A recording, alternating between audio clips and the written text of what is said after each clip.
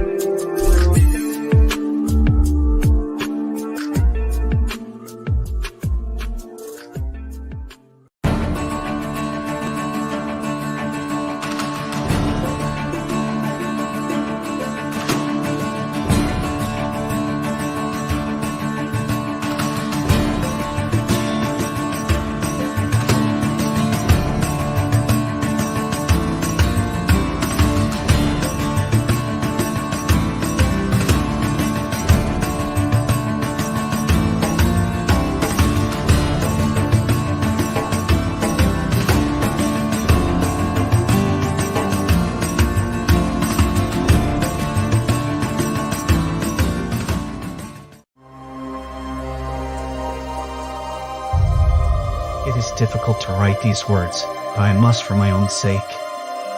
I have done, seen, and been part of many things in my life.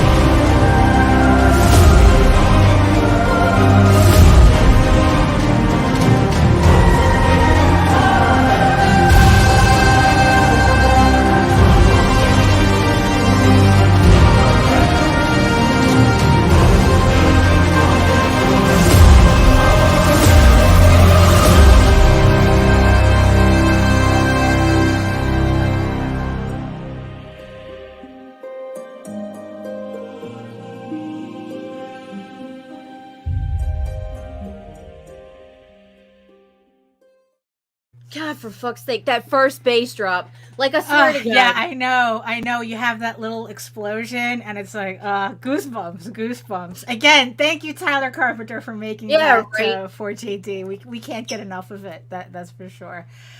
Also, it's kind of nice to be reminded, like, just actually how exciting what we do is. Right. Sometimes we have a tendency, it's like we get so wrapped up in the grind that it's like we actually forget that it's like, ooh, what we're doing is actually interesting. Oh my goodness. Oh, good morning, everybody. Welcome to another, we don't know yet, but we'll find out. Hello, everybody. Hello. Oh, and congratulations, Allison, on your first episode of Drawing with the Alley Cat. Yeah, drawing with the Alley Cat. That's true. Yeah, it's like I'm sorry if it takes me a while to remember everybody's show names. So we can't even remember our show names. Yeah, I know. Really, it's that's true. I really can't. I have like four or five variations. Right, yeah. But welcome everybody to another episode of the Region 2 the Vlogs show. Oh my goodness. It says show on there, like literally. I think so. I don't remember. I made the logo and I can't remember. Well, no, it's the Rage Into the Vlogs. Okay, that works. It says so on our very official hollow sticker. Very official. Very official. Very, very official. Right. So, yeah. So, I just call it the show.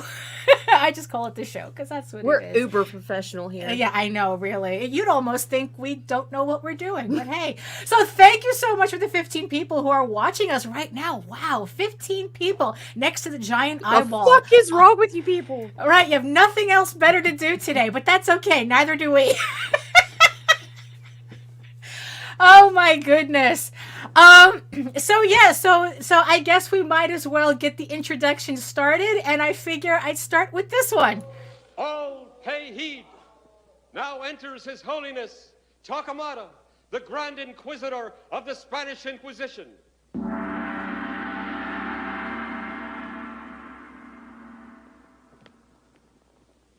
Torquemada, do not implore him for compassion. Torquemada, do not beg him for forgiveness. Torquemada, do not ask him for mercy. Let's face it, you can't Torquemada anything. The fuck? Figure I set the tone. I always said we were a dictatorship, not a democracy. So we're the Inquisitors instead. I don't know. It's like, look, I love that movie. What can I say? It's like, look, just be glad that I'm not just be glad I'm not singing the entire Spanish Inquisition song. You don't want to hear that. You will. I've already tortured everybody with the Great Big Beautiful Tomorrow. Oh God. Although it's probably the only way we can have music on our show without getting a copyright strike. So, where was I? Oh yeah, so yes, I am not Torquemada. My name is Daphne Lage, and I'm a cartoonist, illustrator, and comic book artist from New York. I have been self-publishing comics since 1992, and I am known for the furry fantasy adventure Tall Tales returning to Kickstarter in early 2023. So make sure you sign up on the website so you get notified when it finally goes live. And currently, I am known for my medieval fantasy soap opera drama, Ego Raven, Heir of the First Unicorn, which is currently in its last 3 days left on Kickstarter. We still have a bunch of stretch goals to unlock. It's like I'm 30 people away from breaking my backer goal record. So yeah, a lot can happen happen between now and Friday. So so all the links to all the campaigns that we've mentioned so far are in the show notes below. And speaking of campaigns, also don't forget that the Oswald Chronicles is currently funding on Kickstarter as well. So we all saw the beautiful trailer for that. So head on over to the link to support the campaign. Just not right now. You can wait until after the show. In the meantime, you can read both my comics online at Tall Tales, TAILS online.com, and egoworks.com, EGOWORKS. And you can check out all my videos on how I make my comics here on YouTube at my channel at Daphne Lage, L-A-G-E Art, which also simulcasts through the Indie Comics Network. So make sure you come over to YouTube and like, subscribe, press the notification bell so you get notified whenever. Push all our buttons. Push all our buttons so you get notified whenever any of our videos go live. And yes, and especially if you are watching us from Facebook, if you are watching us from Twitter, if you are watching us from my website at egoworks.com, come on over to YouTube. Join the sexy people in the chat, especially today. People are stealing our sexy chat. Oh no! Look, we don't own our sexy chat. You know what it is? Our chat is so sexy they can go anywhere they want. That's what it is. Not without permission. I mean, it's like, look, that's how sexy they are. They need to be everywhere. That's what it is. But, it's like home base is here. As long as they come back to home base, it's like, you're always welcome, here. So yes. Nita. Yo. Actually, not just Anita. the notorious Nita. Oh shit! Please yeah, introduce yourself. Oh my god. Okay, so my name is Nita Lanning. I am a writer, vlogger, blogger from Southeast Louisiana, and I do this shit here on the Indie Comics Network. What is this shit? I don't know. It's something new every day. Right, exactly. Mostly promotion and talking shit. Yeah, exactly. But which always seems to revolve around comics. Always. Always. We try to keep it on. We try to keep it the barest on topic at least. Oh my goodness. So yeah, so today is so I mean, it's like, I don't know. It's like there's a lot going on and nothing going on at the same time. Right? Yeah, it's just really weird. I mean, it's like, what was I doing this weekend? Really quick, because it's like I don't really want to get into another conversation about AI. I think that we've said a lot. I think that we've said enough about it. And honestly, I really don't think there's really nothing to add to the discourse, except for the fact, stop putting pictures of yourself on that shit.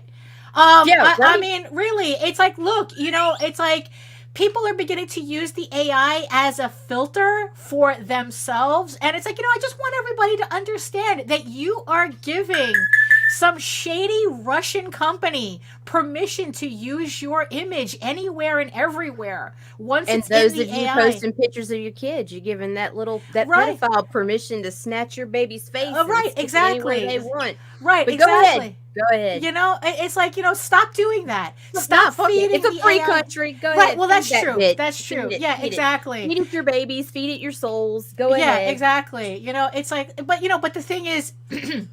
The thing is, it's like, so this weekend I was working on some commissions, and I had to laugh because it's like, I think that the more AI becomes prevalent, the more art, the art that we do will go more underground. Because It's like, I think that the more people, it kind of reminds me of when the synthesizer was first introduced, and musicians were afraid that it was going to replace whole orchestras. And obviously that wasn't the case. And I mean, I'm sure, it did a lot, but I think that what I found fascinating was during an interview with David Bowie, he was talking about playing around with the first synthesizer. And he was mentioning how it's like, instead of the perfect sounds that they were interested in, that they were trying to get it to work and found like all the sparks and the static that kept coming out of it more fascinating than the actual perfect sound it was supposed to imitate. Right. And that's kind of how I'm looking. I mean, it's very hard for me to not be cynical about AI. Like I said, yes, it is going to destroy a lot of careers.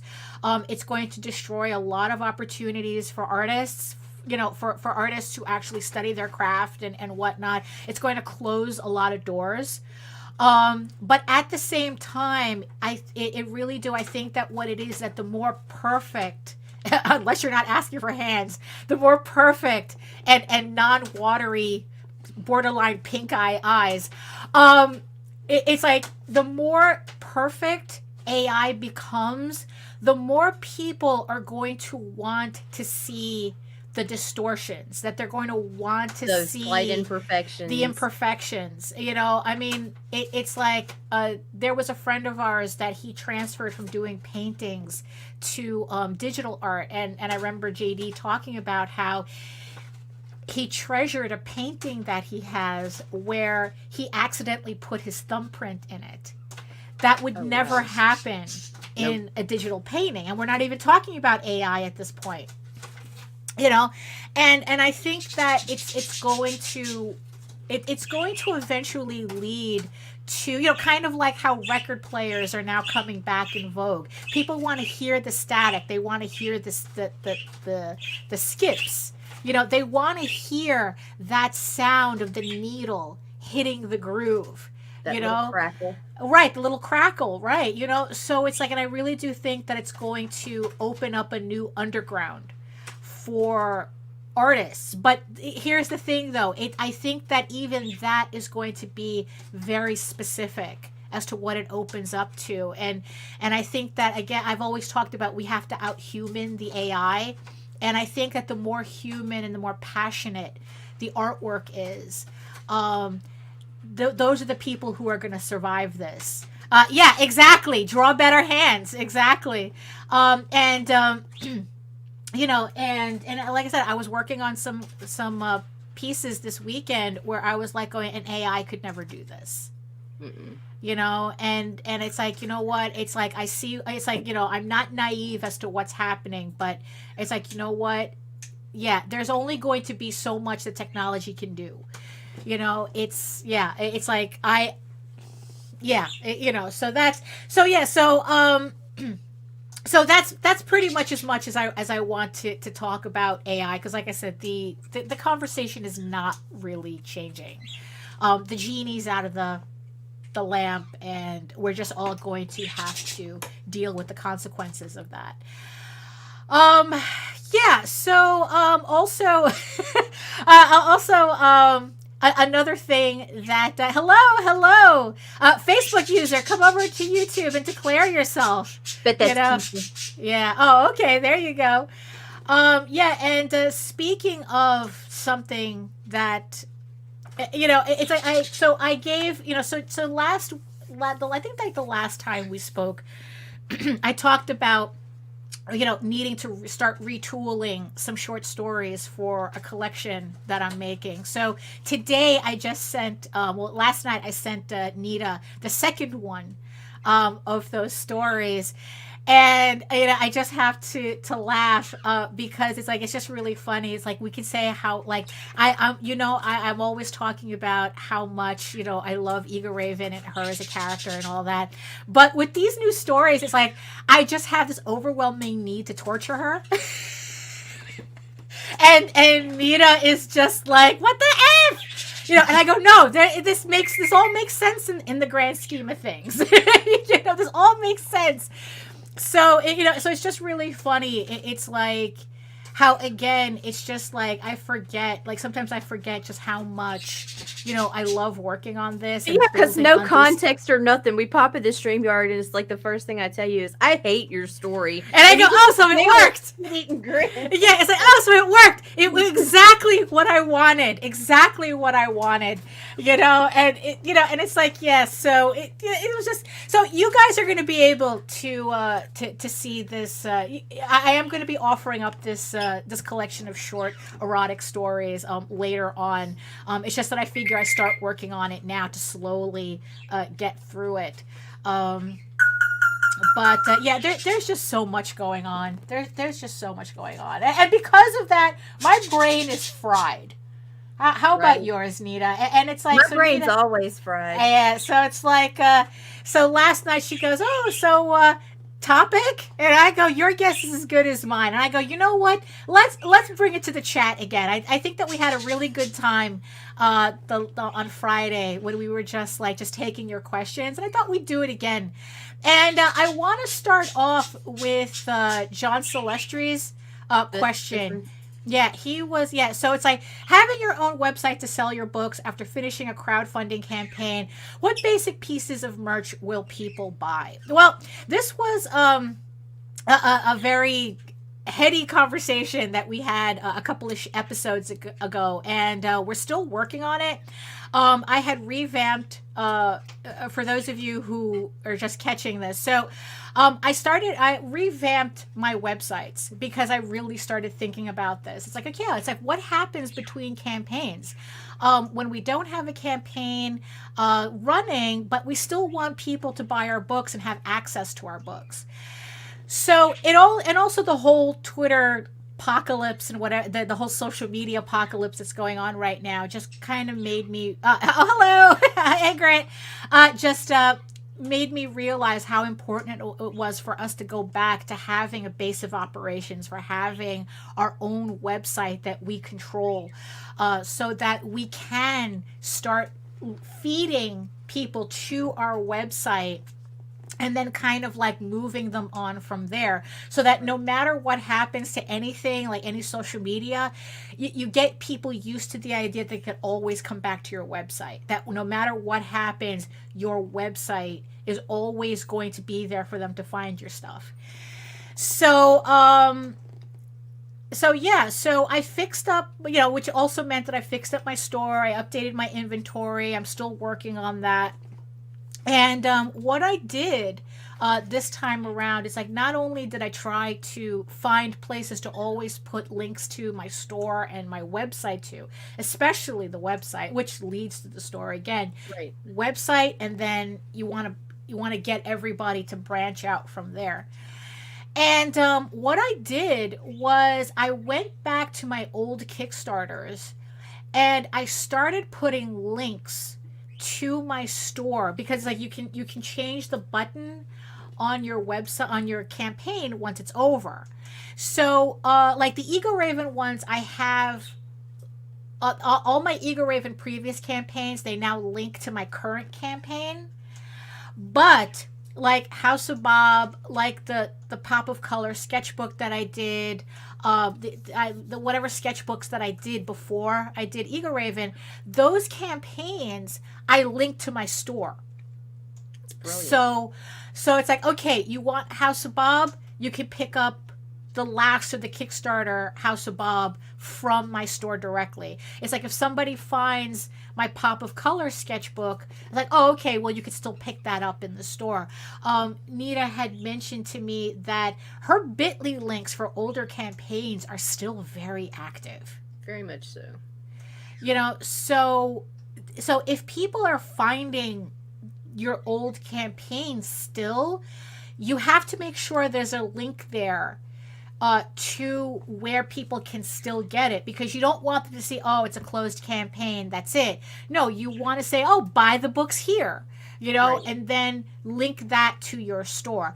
I mean, whether that works or not, I haven't seen yet. Like I said, it's like, this is all very new to me. I mean, I'm trying to bring all this back after years of spending like building social media instead of really my website. And yeah, so it's like the thing that I can say is that, make sure your store is updated. And you put that link everywhere. It's like, when your campaign closes, make sure it's in your campaign. It's in that button. So after the campaign, people can go straight to your shop.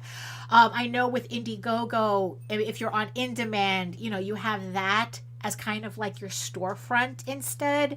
But when it comes to, but I'm talking more about, using everything that you can to build your website. Right. So that, it's like, look, I even went so far as to finally figuring out the code that streams that as we speak, actually, let me check it right now, that is supposed to stream every new live stream that comes up on my YouTube page broadcasts on my website. So that's like another thing. Like I have a tab there that says watch live on the menu. So it's like if somebody is just on the website and they happen to catch. Crazy. Yeah. I mean, yeah, it is the link is the link is there to watch. It's not, I'm sure if I clicked on it, it will, I'm not going to turn it on because then the double sound is going to throw me off. But yeah, so it's like, yeah, you can now watch our latest stream on my website. Same thing with the Oswald Chronicles. There's a watch live. Whenever JD goes live, it is now on the Oswald Chronicles website. So that's kind of like all I got right now. But as far as like basic merch, just the same shit that you would have on your Kickstarter campaign. Yeah, pretty much. Your bookmarks are good to have on there. Maybe a few stickers. Yeah. Postcard options, little shit that's inexpensive to fucking right. print. Yeah. And if you wanted to like up it just a bit, people are a bit fond of beanies and t-shirts. Right. I mean, it's like if you have a lot of extra bits and bobs from your Kickstarters, because it's like we can't always just like, if you have like 75 backers, it's like maybe you could only buy 100 cards. And it's like you can't just buy 75 cards. You have to buy 100 postcards. So if you have a lot of bits and bobs left over from previous campaigns, make little sets of them. Yeah. you know, do and little offer grab them bags. up. Yeah, little grab treat. bags, and you know, offer them up, you know, on your store as well. So it's like, okay, so it's like they missed the campaigns, but oh, here's some of the, you know, the stretch goal extras. Here's the last of it. You know, it's like you can pick it up, you know, as a separate, you know, like I don't know, it's like, you know, whatever you're offering, you know, offer that up. So at least, you know, you don't have that stuff just lying around. I mean, yeah, whatever, pretty much whatever backstock you have, put it on your on your store. I use Square. It's like, you know how it's like you get the little Square card reader, and it automatically comes to a store, has a store attached to it with your account. So if you have a Square reader and you don't know that, yes, it's like you go into your account and you can actually build a store using Square. The only thing is that they don't do, they can't set up for internationals. So what I do is I just have a thing. It's like, look, if you're an international order, just email me directly, and you know, with what you want and your country, and I'll figure out shipping and send you a separate invoice. But you can still like, you know, they can buy from, they should, well, it's like, yeah, they'll just, you know, you probably have to do that as a separate transaction after, you know, outside of the website. Also, really quick though, I just realized something that might be a game changer for me. So I started playing around with a new shipping website called Pirate Ship. Oh yeah, how's that working out? Yeah, and it's like I found a calculator on their site where all you need is a weight, is the weight, and a zip code to where you're shipping, and it'll calculate like this is especially for internationals. Like all I need is a country. So if I have somebody, like I had somebody contact me saying, "Oh, you don't have Norway listed in your campaign," and I go, "Okay, tell me." Like before, I would say, "Well, you'd have to give me your full address and what you want, you know, so that I can get a proper price for shipping." With Pirate Ship, I could just put in, as long as I know what I'm shipping and the weight of that and the country. So all I had to do was put in Norway and the weight, and it gave me a ship. It gave me a shipping price for it. So it was a lot easier for me to figure out the shipping than it was that I had to do before when I was using stamps.com, because I needed the full address. Right. And if you've ever tried to go to the post office website and look at their zone chart, it's like this Byzantine thing that you have to like cross-reference, and there's 28 different zones and what country, and they all have different price. There's 28 different it's like, I'm surprised the USPS doesn't have like a calculator to make this easy. It's like, okay, I want to ship here. I mean, really, it's like, well, Pirate Ship has it. So for anyone who wants, I'm not sponsored. I'm just trying this out. I'm looking forward to really using it on the next campaign. And I guess I can give everybody a full report about Pirate Ship after I finish Eagle Raven issue 5, shipping that out. So yeah, so anybody who wants to figure out more accurate shipping for internationals, try out Pirate Ship. Try out their calculator on pirateship.com. So. Do we have any other questions from the chat? Let's see. What do we got? I just passed one. Are too many Kickstarters a good or bad thing? Should Kickstarters have a limit on how many campaigns can be live per month? Oh, interesting question. The thing is that how do you control that many campaigns? I mean, technically they try. Well, okay, so let's start with the base of that question, though. That depends if you look at other Kickstarters as competition. You know, it's like so if you look at, like you see that there's 5,000, there could be up to, I've seen up to 7,000 comic book Kickstarters running at one time, right? It depends on whether you feel that you're in competition with all 7,000 of them. Right. And here's the thing. I mean, it's like now technically Kickstarter does try to limit how many Kickstarters you can run in a year. Yeah, but I think it's referring more to the bulk of them. Like, right. And yeah, it is a bad thing, and the reason is not because people are competition, but because there's so much. Right. A lot of really good campaigns get drowned out. Right. By shit. Yeah, it's I'll always. Say it. I mean, it's always the signal to noise ratio. Right. You know, and this is the thing too. This is already Kickstarter limiting. Right. How many campaigns, like I said, you can run in a year, because it's like you're not allowed to run multiple campaigns at the same time, which, to tell you the truth, I'm kind of glad, because the thought of, you know, of having to fulfill like 2 or 3 campaigns at the same time, like sometimes that happens because me and JD overlap. You know, and it's like, you know, well, people are doing that anyway from separate accounts. They shouldn't be doing it, but they are. You know, and you know, so yeah, so it's like I'm gonna see if I can time myself next year where maybe I'm running a campaign maybe every other month. You know, I'm not sure. It depends on how the fulfillment goes between each campaign. So I'm kind of looking to run a minimum of 4 campaigns next year to 6 at most, because I don't know if I can run more than 6, you know, as an individual. But I mean, is it a good thing? Is it a bad thing? I don't know. Is there too much spaghetti sauce, different types of spaghetti sauce in a supermarket? I mean, that's kind of what it feels like. And it's like what Nita says. It's like, there's a lot of projects at the same time going on, and it's like sometimes good stuff gets drowned out. You know, it's like, just because, you know, your campaign doesn't perform doesn't necessarily mean there's something wrong with it. It just means that you haven't been able.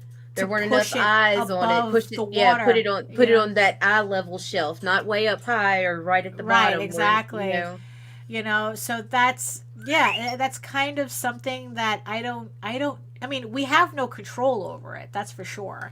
I mean, like I said, at any time there could be 5,000 just comic books. That's not even the entirety. And think about 7. It. Right, and remember, comic books only makes up 5% of what Kickstarter offers.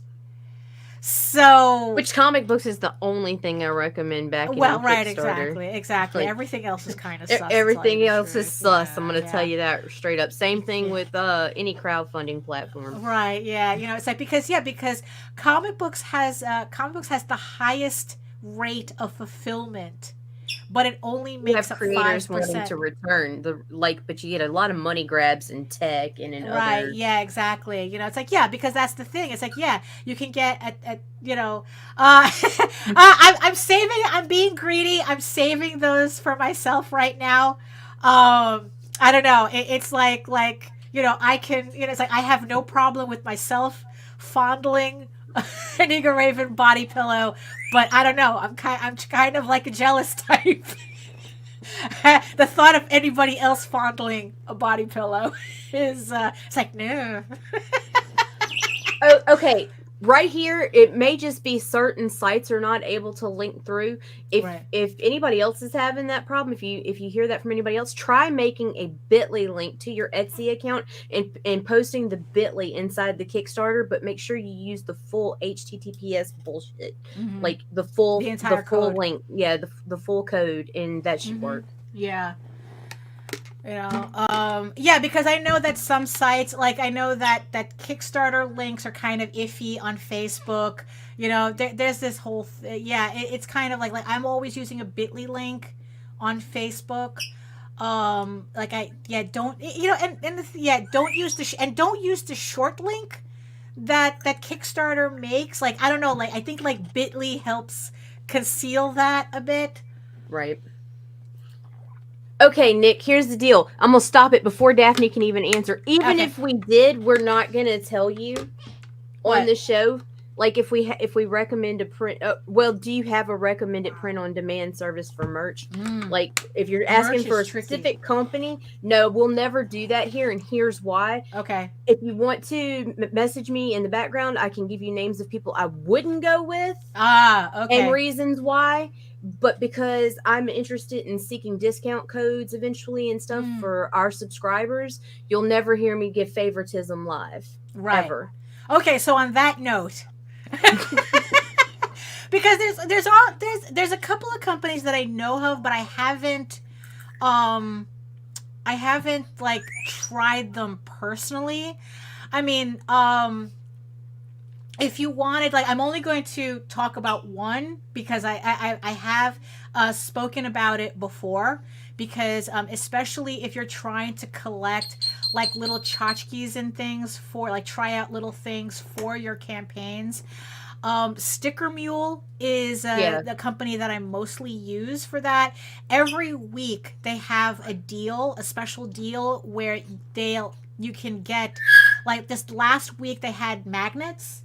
I mean, this is how I got the holographic sticker for us. They had a deal for holographic stickers.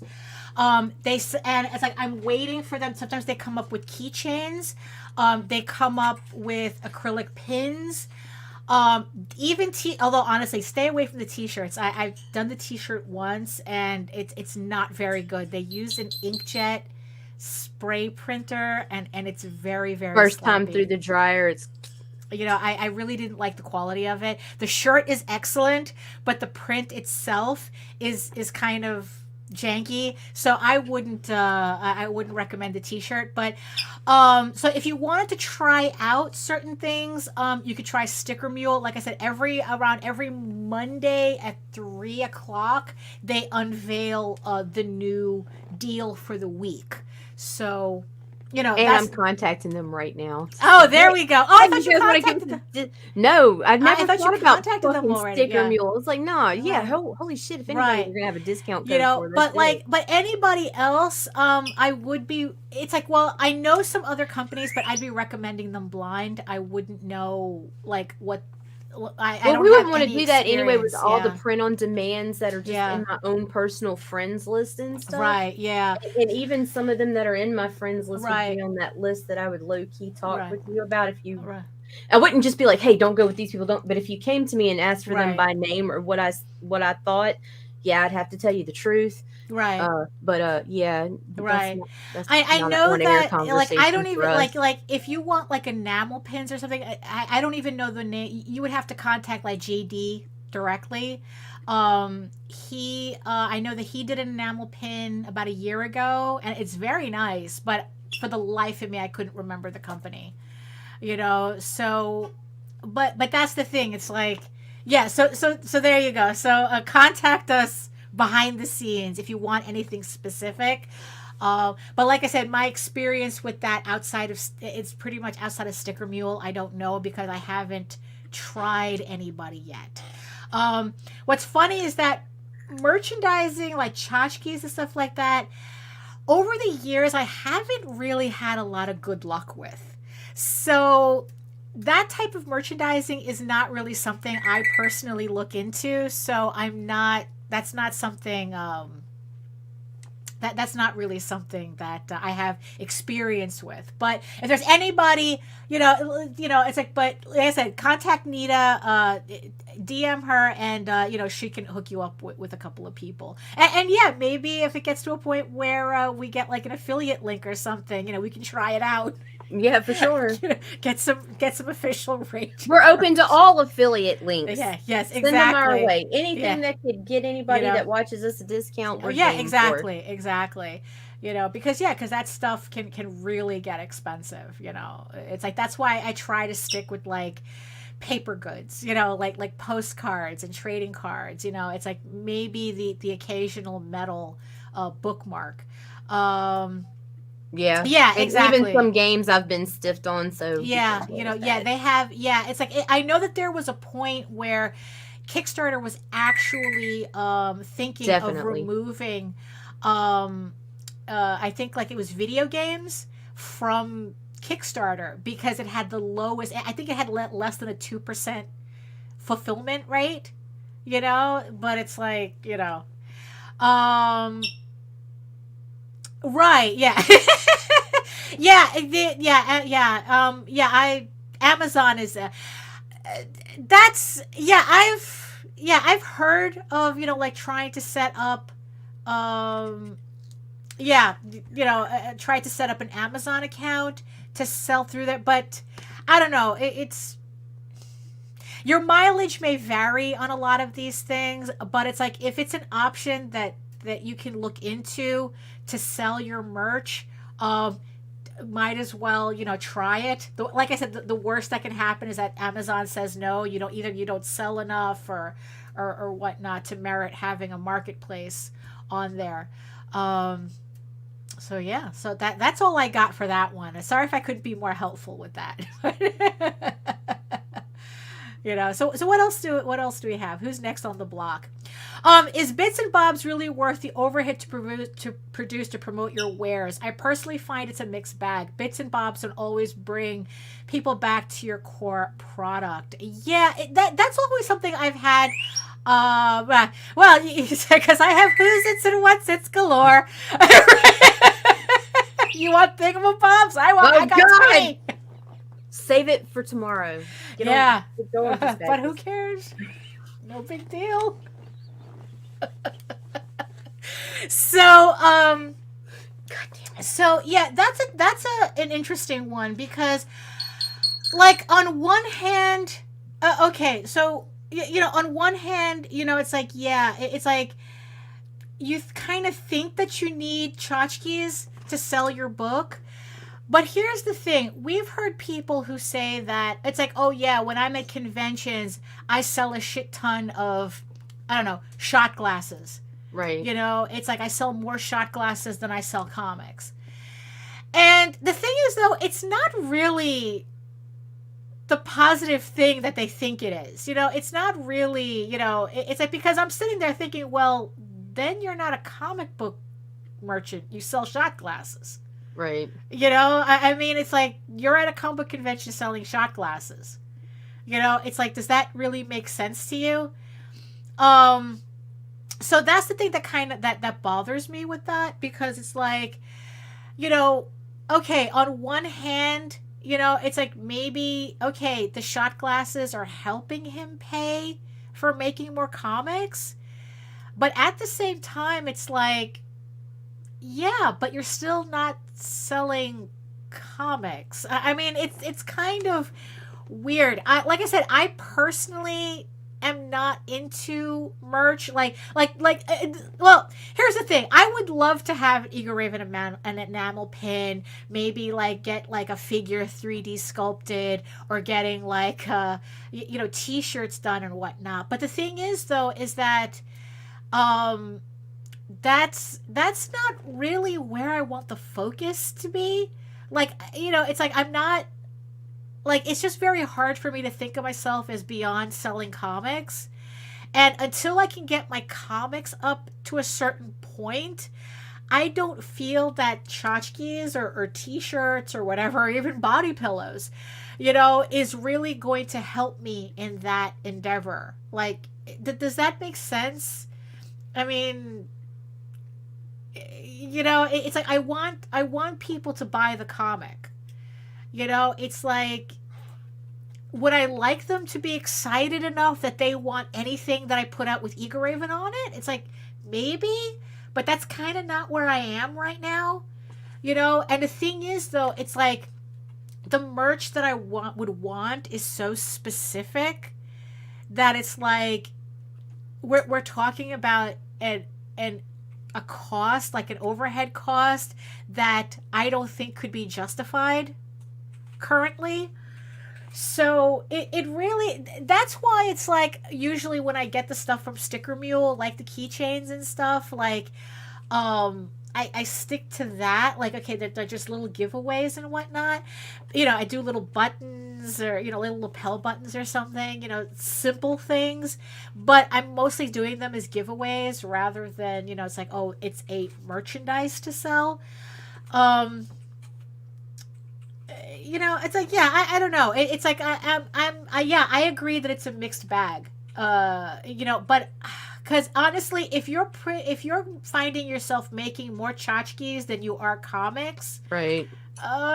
You're missing the point of what you were doing in the first place. It's like, yeah, exactly. It's like you're kind of, I think so, that you're kind of missing the point, because then it's like, you know, why come up with an original IP then? You could, you know, you could just do fan art and stick it on tchotchkes. I mean, that's what I see at anime conventions all the time. That's what Artist Alley. You know, you go to any Artist Alley now and it's like, it's people making acrylic charms of Deadpool and shit, you know, and it's like, you don't need to waste your time making up your own stuff if, you know, that's all you're going to, you're going to sell tchotchkes. So right, I don't know, that's kind of how I feel about it. I mean, your mileage may vary, but yeah, I'm not a shot glass seller. I'm a comic book seller. You know, I make comic books, not shot glasses. So that's kind of how, you know, I see it. So who else is we right, where are we at? I don't know. It's like you know, so we were at Joe. You know, it's like, oh yeah, someone who mentioned that, Allison. Yeah, and that's the thing too. It's like, you know, if you do, you have the space for all these bits and bobs. Right. You know, I mean, that's also the thing too. I mean, it's like our biggest bob, I guess you could say, are the vinyl toys that we made for Tall Tales years ago. It's like we made. Let me see if I can reach him from here. We actually, my ears. Ouch. So several years ago, more than several years ago, we made we had a vinyl figure manufactured, the whole 9 yards. You know, it's like this shit was, you know, we spent what most people spend on a car, on a small car, to get these made, and we still have a basement full of these. And yeah, and that's because they did good. Yeah, no, it's like, no, but you see, it's really the size. Size does matter. Yeah, because those boxes are huge. Yeah, the boxes are huge. I don't know if do you have him in the background somewhere? What the fuck? Oh, someone's awake. Someone's awake. No, I don't have the box anymore because I caved because the reflection, you couldn't see him, and I was like, no, I want to be able to appreciate him. So look, it's like it was one of these things that seemed like a good idea at the time. I still think it was a good idea. You know, it's just that if we were to do this again, we would have made a lot of different decisions. You know, like maybe the size. Yeah, you see, that's the thing. If anybody thinks merch, if you want to talk to anybody about merch, it's JD. He loves doing merch. He did the enamel pin. He did the T-shirt. He did this.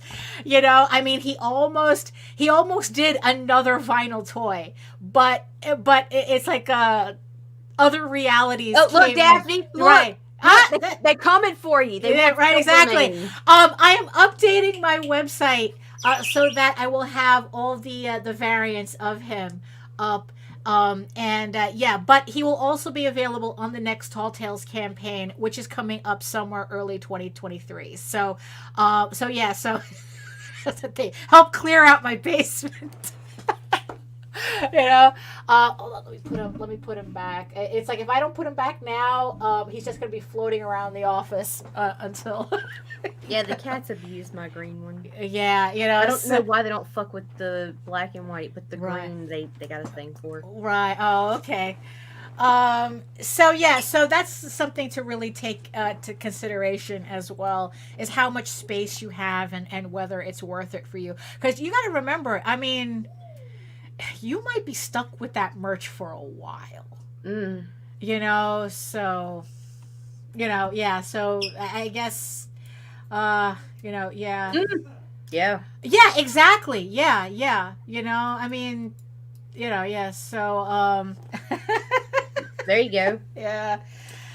You know, so yeah, that's kind of, look at that. I said it one time. The comic time. He's up. He's awake. You know.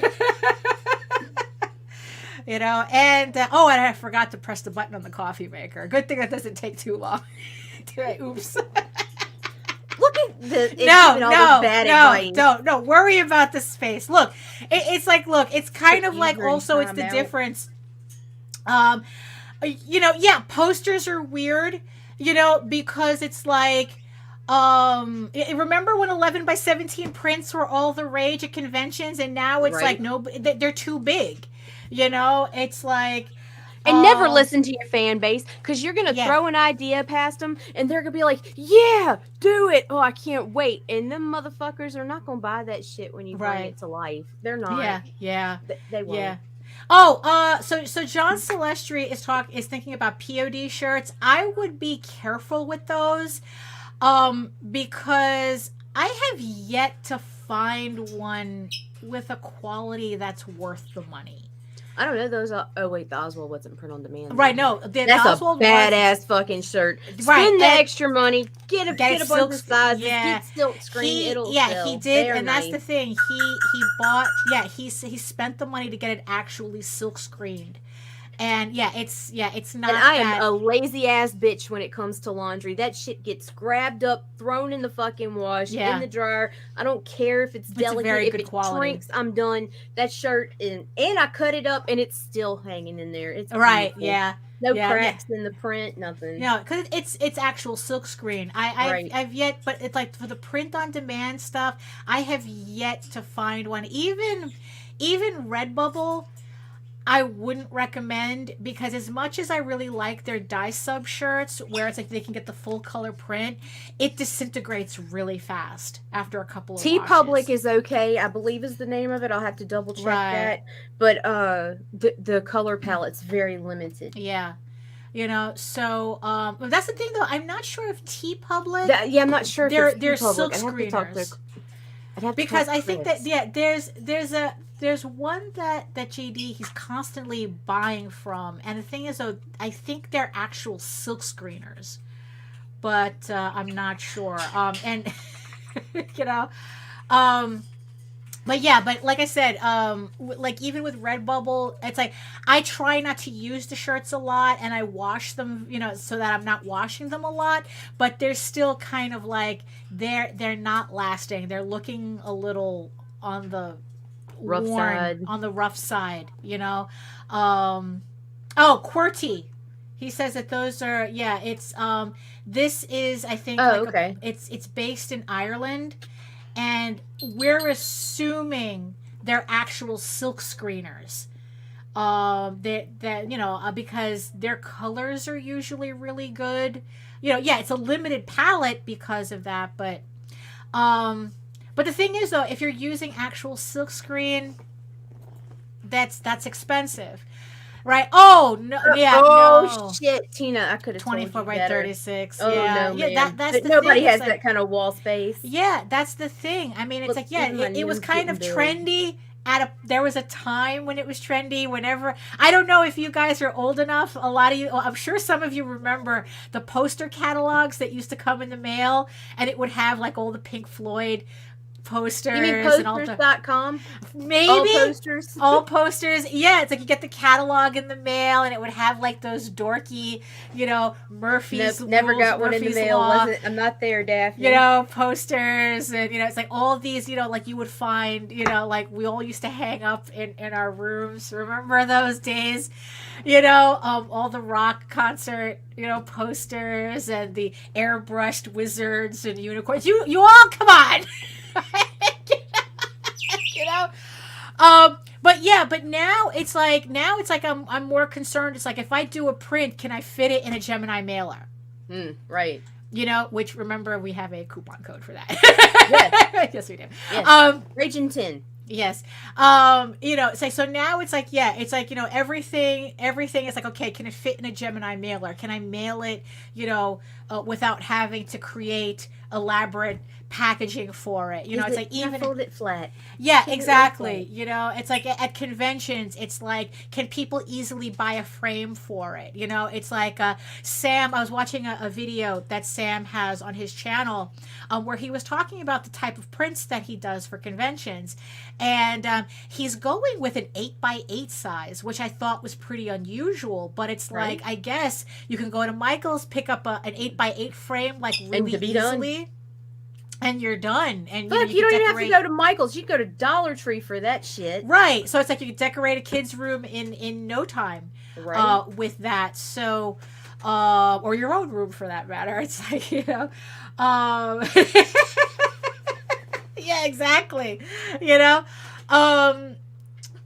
You know, so it's like, yeah, so that's the thing too. So it's like I mean, so conversely to what Nita had said about don't listen to your audience about what they want is merch, because unless they're actually willing to put the money up for it, they're not really going to put the money up for it. You know, it's like, oh, do this as a print, do this as a t-shirt. Oh, I'd buy that in a second. And then the second they don't. No. But conversely, pay attention to what your audience is buying. You know what it always reminds me of? Remember the story you told me about the lady who wanted to start the clothing company and people like encouraged her to do it or whatever? And was it you? And at the end of the day, after she launched and everything, only like 20 people bought a shirt from her or some shit. Oh, so no, actually it's not that she was encouraged. What it is that she was an Instagrammer who I guess it's like she was so what is it? Don't listen to them either. They're the worst. Right, exactly. It's like she was an Instagram model, and she had hundreds of thousands, and you know, like she had like millions of subscribers or something on her Instagram. Oh yeah, okay. You know, and she decided, and she thought that she was going to start a fashion line because, you know, everybody else was doing that. And then when she launched, she only sold 40 shirts out of millions of subscribers. And she was like going, what happened? You know, and it's like, well, that's the thing. It's like, well, you know, it's like, one, most of the people could have cared less about buying a t-shirt that, I don't know, you know, that said something, I don't know, stupid on it, you know, like, I don't know, Eat, Pray, Love, or whatever the stupid shit. Oh God, she did some basic white bitch shit. Right, exactly. No wonder nobody bought that shit. Right, it was some basic white bitch shit. That's exactly what it was. And nobody bought it. You know, because, you know, it's like, honey, it's like, one, nobody cares. They're only looking at your Instagram because you're putting up, you know, barely nudes. Oh my God, I'm gonna go make a non-basic form of that. You know, sleep and fuck. You know, it's like, you know, I mean, it's like, you know, and you know, yeah. So it's like she was, you know, so it's like, yeah. So she thought she had an audience that she never had. You know, I mean. But you know what? I wouldn't trust Instagram models for this either. For all we know, she was buying so many of them she forgot. You know, you know, but you know, yeah. So it's like, yeah, some merch is cool, but really be careful with that. She can tell there's a bad idea. You don't need to reinvent the wheel. No, I mean, it's tough. It's tough because Jose loves reinventing the wheel.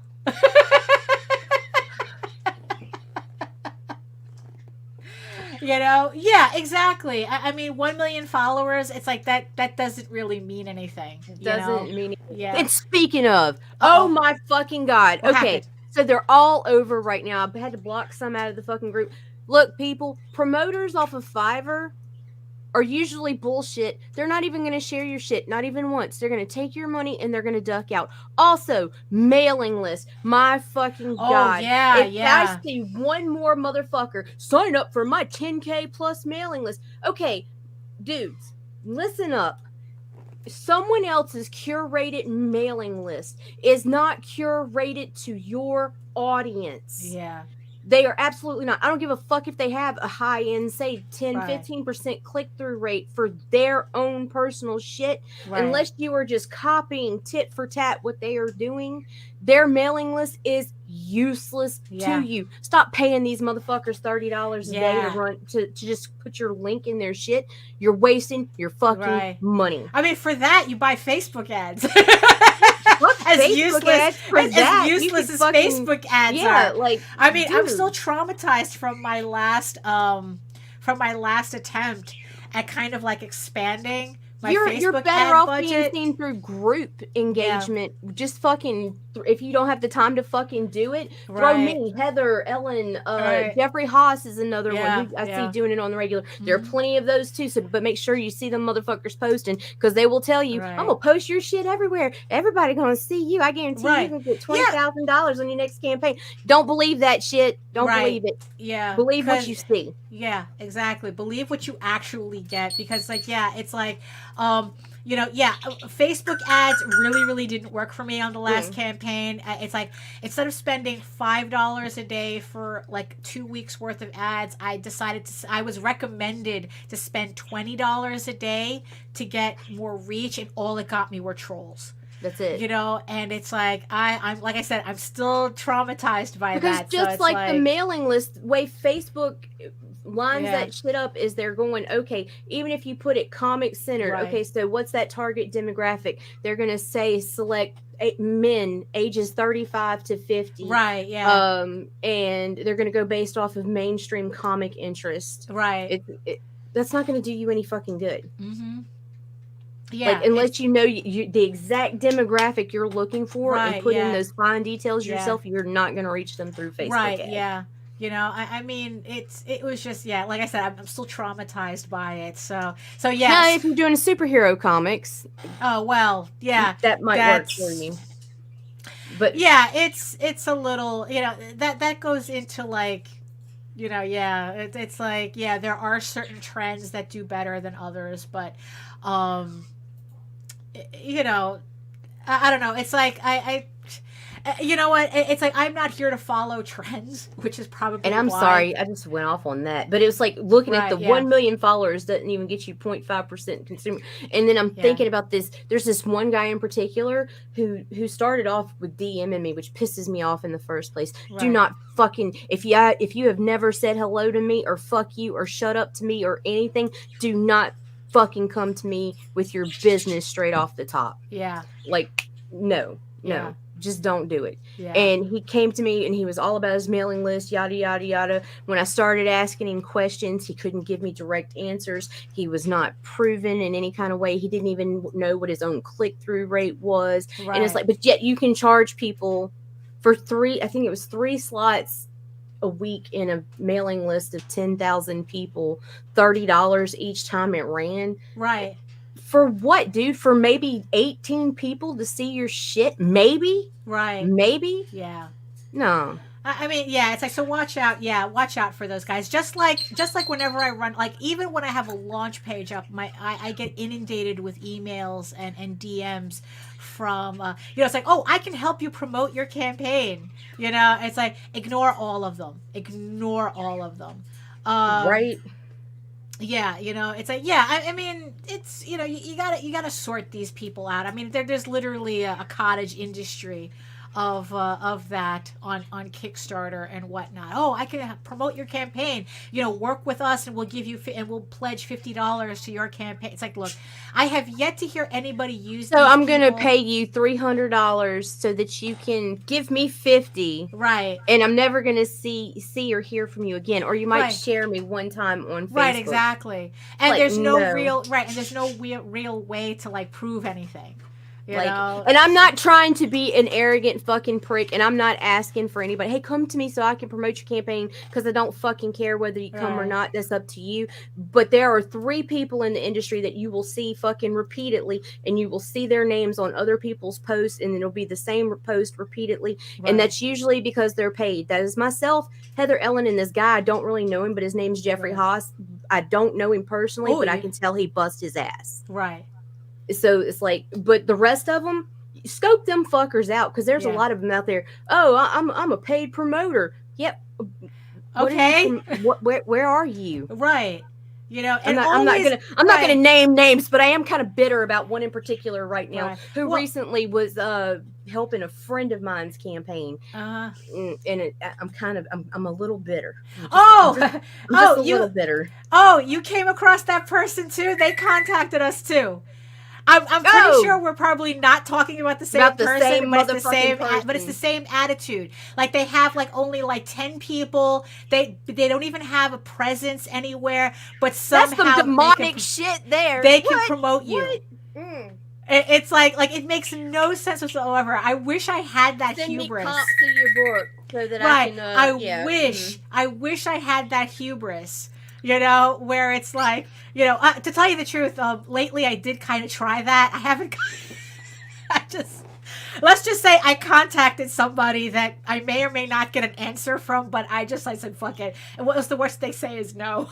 Yeah, the worst they could say is fuck off. I mean, never right, exactly. I mean, you know, it's like, you know, it's like, look, I know we don't even have 500 subscribers, but it's like, you know what, screw it. You know, what's the worst that could happen? But the thing is, yeah, watch out for people who don't have an internet presence, you know, but all of a sudden they're like very insistent that they can promote you. Jeez. Oh my God. And then they latch on to certain groups and you see this motherfucker going from person to person to person in your group. And I'm not one that likes to go talk shit about people behind their fucking backs, but it's like, oh yeah, this is a red flag. Watch this motherfucker. You have to, because they're out there hunting. And I don't want somebody that I'm close to or somebody within my own inner circle getting fucked by this.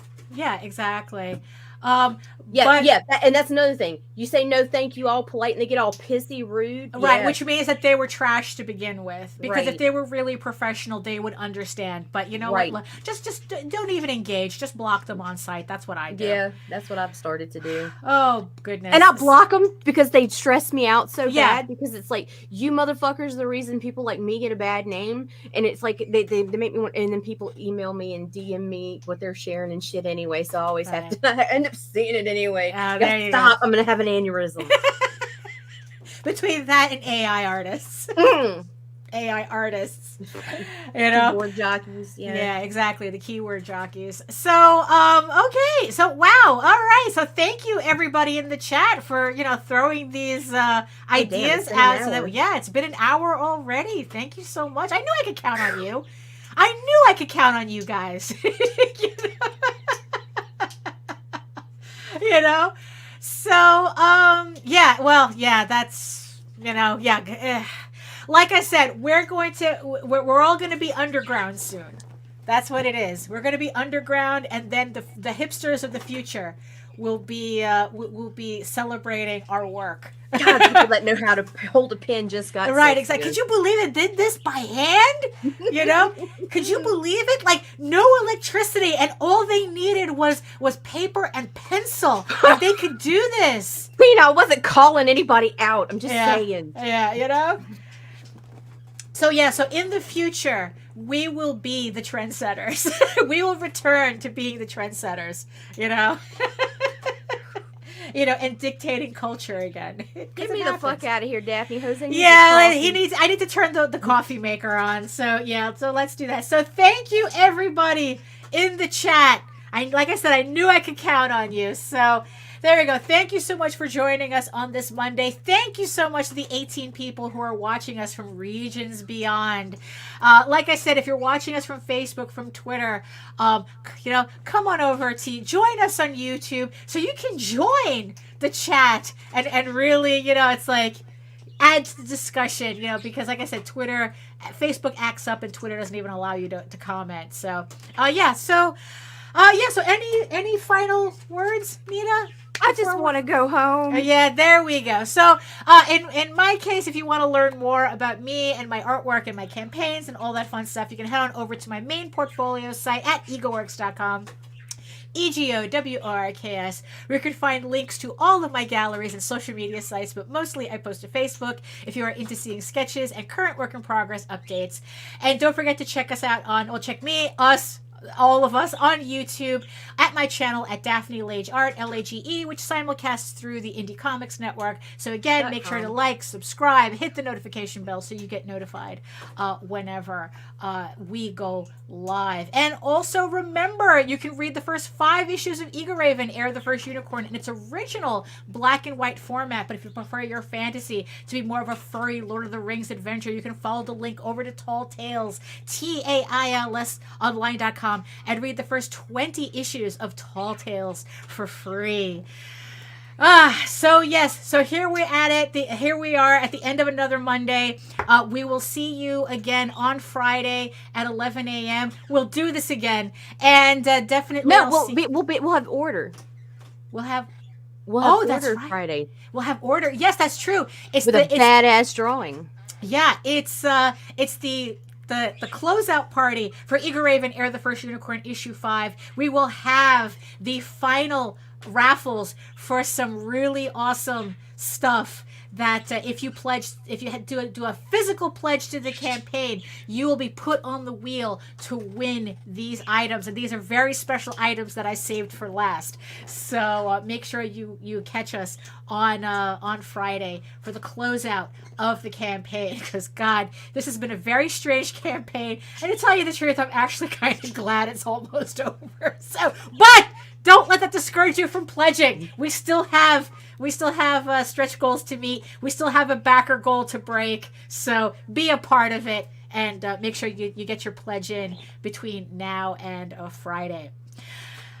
So there we have it. End of the show. Oh yeah, and on Wednesday I will be back. Oh well, before we get to the Ancients, I will be back on Wednesday with another drawing live stream from 4 to 6, which will also simulcast on Twitch as well. So join me then. And yes, let's not neglect the Ancients.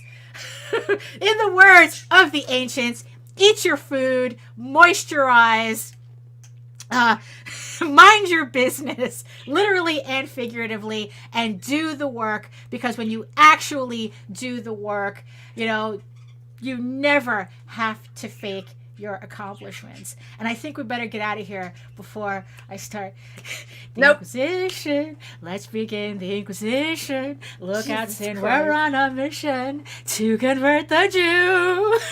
Okay, we'll see you guys Friday.